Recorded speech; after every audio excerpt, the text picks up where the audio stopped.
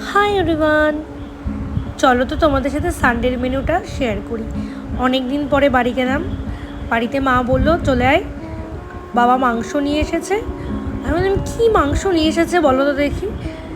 মা বলছে চলে আয়, বাইরে যা বিদ্যুৎ চমকাচ্ছে, তার মধ্যে হবে মাটন।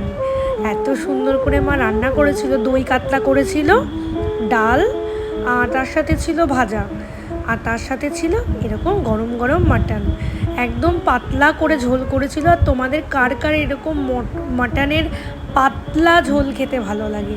আর আমি বলছিলাম যে লাস্ট কিছুদিন হলো তো অনেক বিয়ে বাড়ি বা ইনভিটেশন খেয়েই যাচ্ছি, তো তুমি একদম স্কিপ করে যাও একদম রিচ রান্নাটা। তো আমার বোন ও এসেছিলো, ও ডিউটি চলছে, ডিউটি করতে করতেও বাড়ি চলে এসেছে, শুধুমাত্র মটনের লোভেই চলে এসেছে, সেটা বুঝতে পেরেছি। চলো তো এই গাছটা তোমাদেরকে পরে শেয়ার করবো, এটা কিনেছি।